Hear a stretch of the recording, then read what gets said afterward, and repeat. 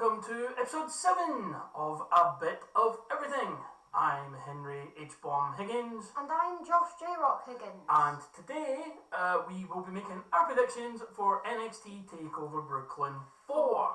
NXT Takeovers are consistently the best shows that WWE produce. And Takeover Brooklyn is considered the biggest event of the takeovers. It's their WrestleMania, for lack of a better way of putting it. So they always pull out all the stops. And at this event, as with most takeovers, there are 5 matches on the card, all titles defended. Yeah. So without any further ado, let's get cracking with the predictions. So we don't know the order that the matches will actually be in. At all. But we can take a wild guess. So really, we're just going to go from the Wikipedia page, bottom to top. We'll run that as the order of the card. So, up first, and will be the singles match, the only non-title match on the show, which is Velveteen Dream versus EC3. Who have you got for the victory? Firstly, I've got Velveteen Dream just because I don't think he has won a big match in a while. No. Against like a main. I mean, he's stolen the show at takeovers quite consistently, but his only big win at a takeover has been the Cassius Ohno one. Obviously, his match with Aleister Black is what made us think, okay, this guy actually has something. Because it's easy to forget now, but when the Velveteen Dream gimmick started, everyone wrote it off. I was on that boat as well. I thought, what's Patrick Clark doing now? After his airbrushed Eagle Tides Patriot thing. But he's committed to it 100%. He is Velveteen Dream, and the gimmick is just fantastic. EC3 has obviously came over. Used to be Derek Bateman back in the game show era of NXT, which you won't have any idea about. It was before your time. As a fan, he left. He wasn't getting anywhere. Went to TNA Impact as Ethan Carter III, the nephew of Dixie Carter, who owned Impact at the time. Was privileged silver spoon gimmick, but he got over by sheer force of personality and actually being good at this pro wrestling lark. Then came back to NXT. The big surprising thing was he kept the EC3 name and gimmick. Now, you like EC3. You didn't really, you saw bits of him in Impact.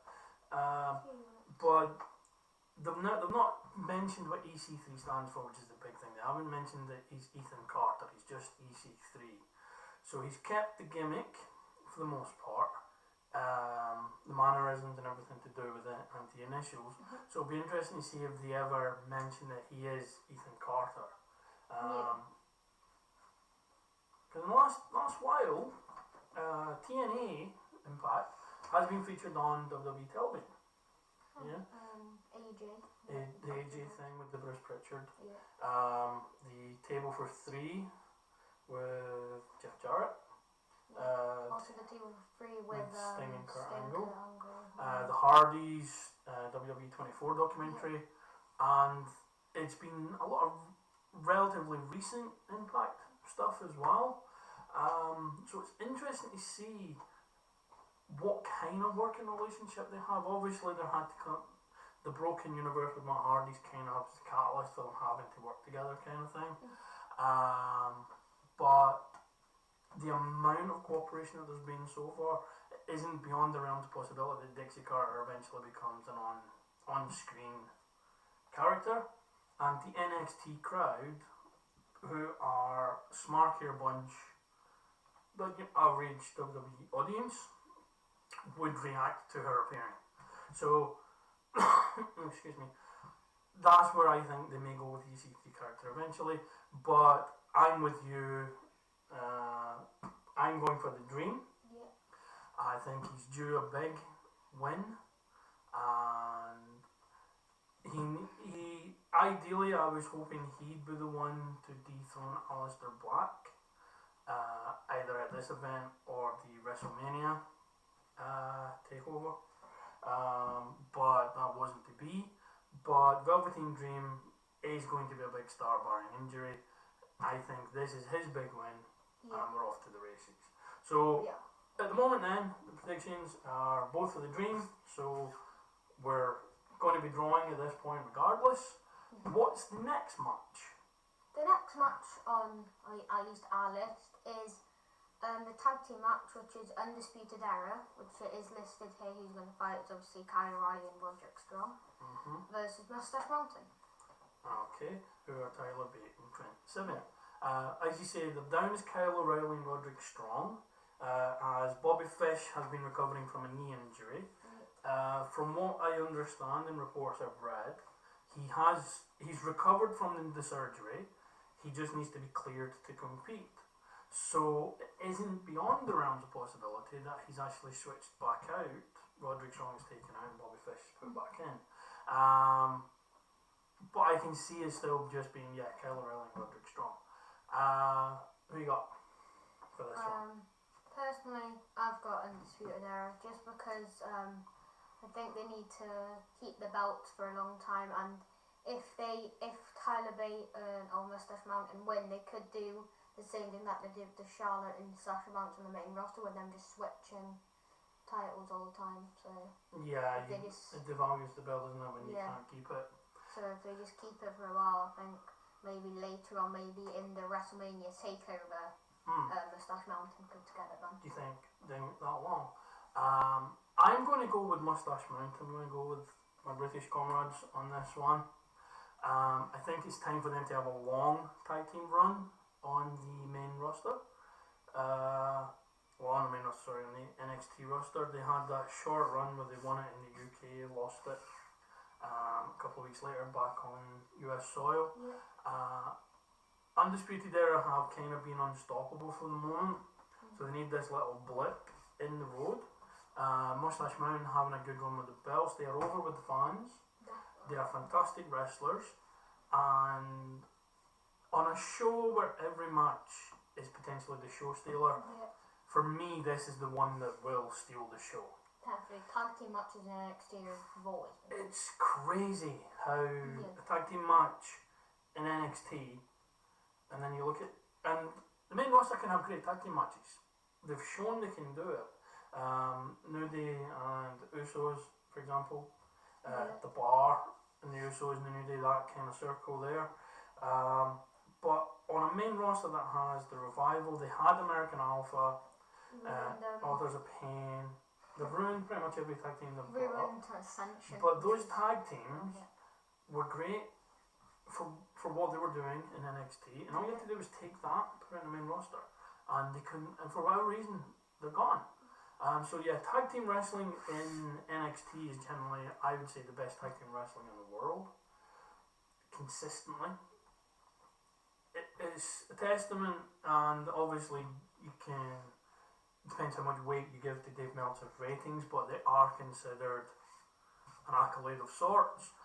That Mustache Mountain, when they lost the belts back to Undisputed Era, it's the only TV match, not a pay-per-view, not a special event, not a takeover, it's the only TV match to get a 5-star rating. That's how good these guys are, that on TV they can get a 5-star match. This for me is going to be the show stealer, and I think Mustache Mountain are going to take it. So that's the first difference of opinion we have. Up third on the list, at least, is Undisputed Era's Adam Cole versus Ricochet, who is another indie darling that has came in, essentially kept the same character that he had on the indies outside Prince Puma, and he's got over pretty well. Yeah, he's doing well. He's not been seen as invincible, which is great. He had a show-stealing match with the Dream, as pretty much everyone seems to do. So is it the Dream that's the common denominator there? So he's up. He's going for the NXT North American Championship, which he went for in his debut in the ladder match. Yeah, he did. Now, I don't think he's going to get the belt. I think Adam Cole is going to stay champion. I think Undisputed Era, if I think they're going to lose the tag team titles, I don't think they're going to lose both the titles. on this show. So I think Adam Cole is going to walk out with the belt. It's not going to be easy. Maybe some shenanigans. It's unlikely to be a DQ and keep your belt or a count out. Yeah. NXT rarely go for the non-finish, which is to their it's a strength of theirs as well. Most matches there may be interference and such like, but there's always a victor. There's always a winner in the match, unless it is genuinely to advance a story. So I'm going for Adam Cole to keep his belt. Undisputed Era will walk out 1 for 2 on the show. What about you, my young Padawan? Personally, I'm going for Ricochet. Technically for the same reason that you are, but in reverse. I think Undisputed Era are going to keep their tag belts, but they're going to lose the North American belt. Interesting. They could use that as a tease of dissension storyline as well. Yeah. The tag team can get the job done when the leader can't. What do you think? So Ricochet's going to walk out with the belt? Ricochet's going to walk out with the belt. Okay. With regards to that leads into the next match. It's interesting because I don't think... Because the next match is the last man standing match for the NXT belt, which was meant to be a triple threat with Aleister Black, Tommaso Ciampa and Johnny Gargano. Black got genuinely injured at a house show with a groin injury. Successful surgery, but would be out for roughly 4 weeks, so he's going to miss the takeover. So to their credit, because obviously they pre-taped the shows, they shot a post-show addendum, post-credit scene, if you want to get Marvel about it, where Aleister Black was attacked in the parking lot. Yeah. But it was genius how they did it. Do you want to tell people what was so genius about it? So what we found out is on the NXT, the actual show, it was just it was someone walking around with a camera and it was going past a few different people. Someone went to get William Regal. They walked out. We saw Johnny Gargano walk through the door. As Regal was going out. Regal. Then we saw a few other people. Can't remember who exactly was, but I think at one point we saw Dream. When the first video was there, obviously it was Regal was just doing an interview. It was a post-show.com exclusive, where he was doing an interview explaining why he had made the triple threat match for Takeover. And then he was interrupted by someone saying there's been an incident outside. Regal rushes outside as Gargano comes in, and a lot of this you don't notice initially, but he's rushing off to go to the parking lot. He goes past Undisputed Era, who are driving past in a car. Wonderful little thing is they're listening to their own theme song on the music system of the car, but they drive away, and then we see Aleister Black, and then it's kind of like what's going on. Little things you didn't pick up first time you watch it, because obviously you're focused on Regal, is Lars Sullivan's in the background, who has a legit beef with Aleister Black, because obviously he lost. Aleister Black is supposed to be unstoppable. Then Heavy Machinery are filming it, which you didn't really notice the first time either.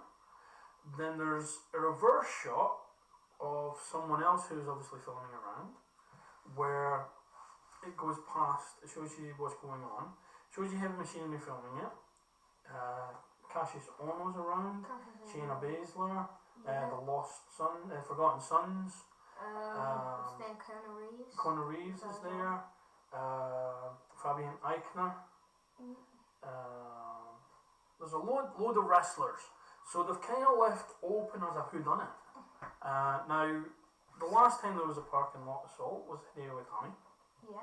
We never found out who did that.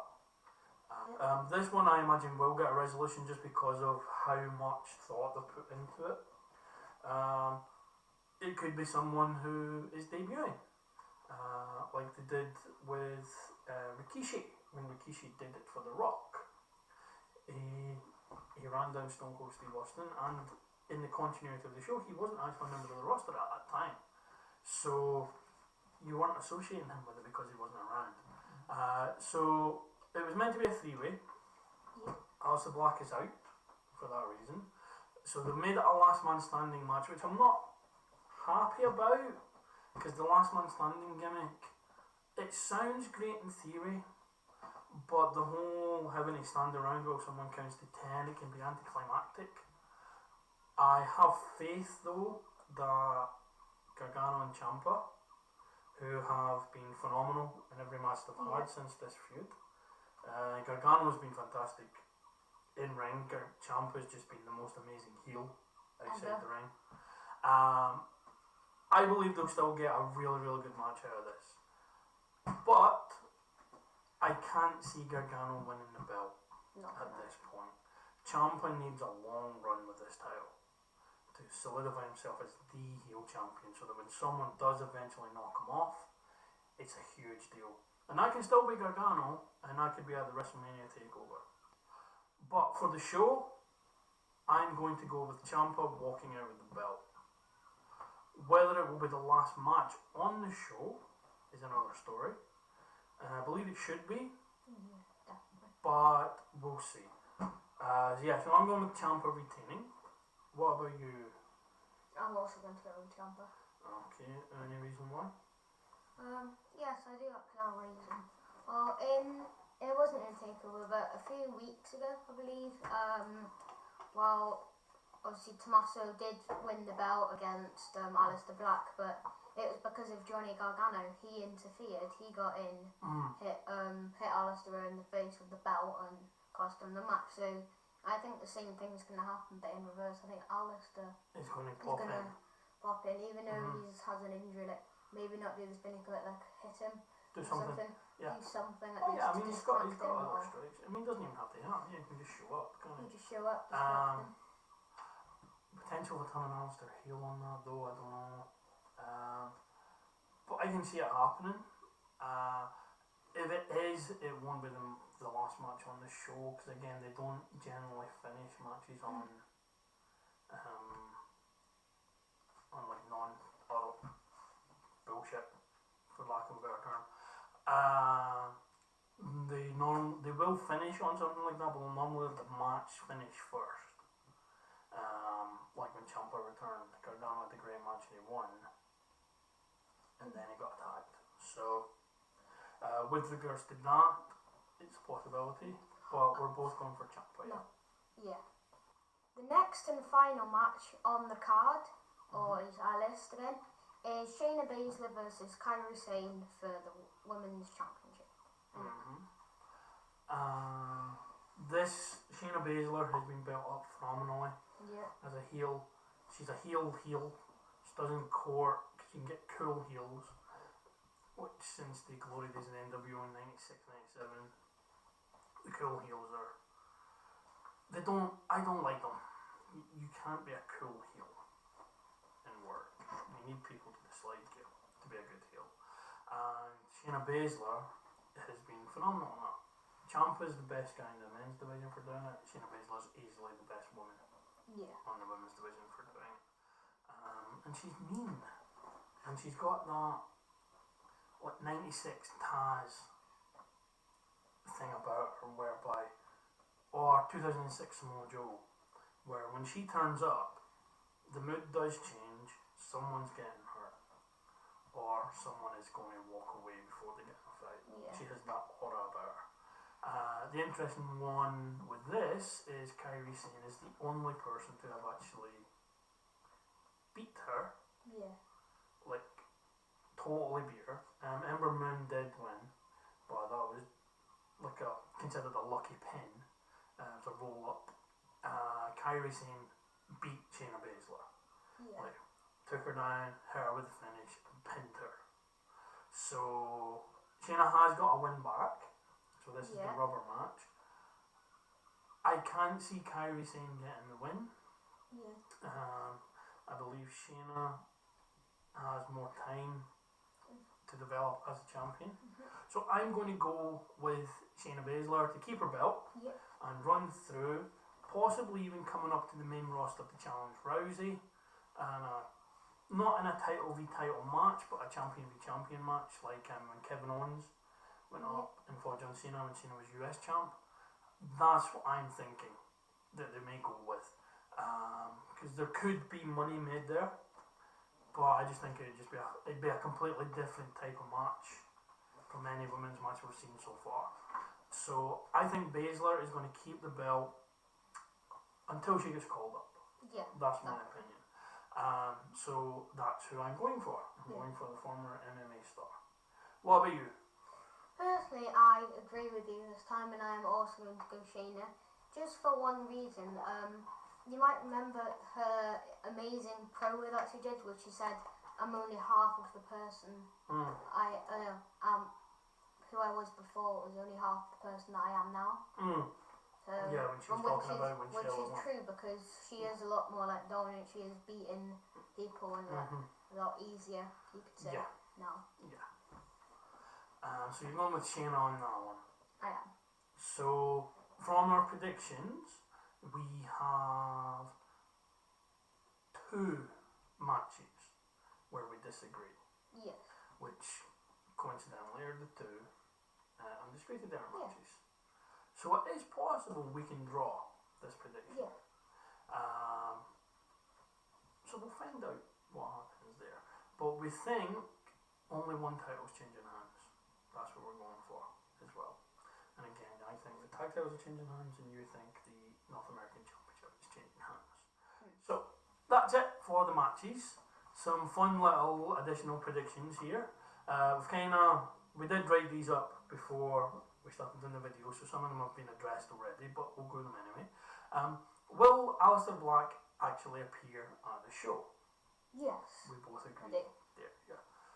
Will he interfere in the Ciampa Gargano match? Well, I was saying this, but I think I've changed my mind on this. No, I don't think he will? I don't think he will.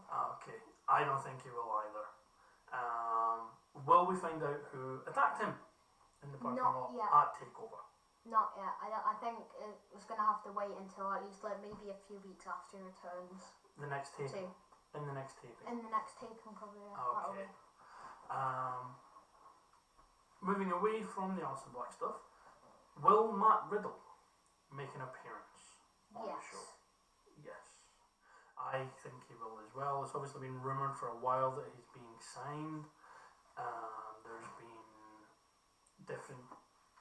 he's been cancelling a lot of independent dates, which in itself doesn't necessarily mean that he's signed for WWE, but he's signed for WWE. Now, we both agree, or both believe, that he will make an appearance on the show. Yeah. Will it be the standard, oh look, he's in the crowd for this one shot and he's never in the crowd again shot? Or will it be a backstage interview? Will it be something else? I think it'll be both. I think he's going to be in the crowd, kind of like, I think it was what EC3 did. He's going to be in the crowd, and after the show he's going to have an interview saying he signed. Yeah. I think it will be the standard, oh look, he's in the crowd kind of thing. Where I'll say Matt Riddle. Will he be called Matt Riddle?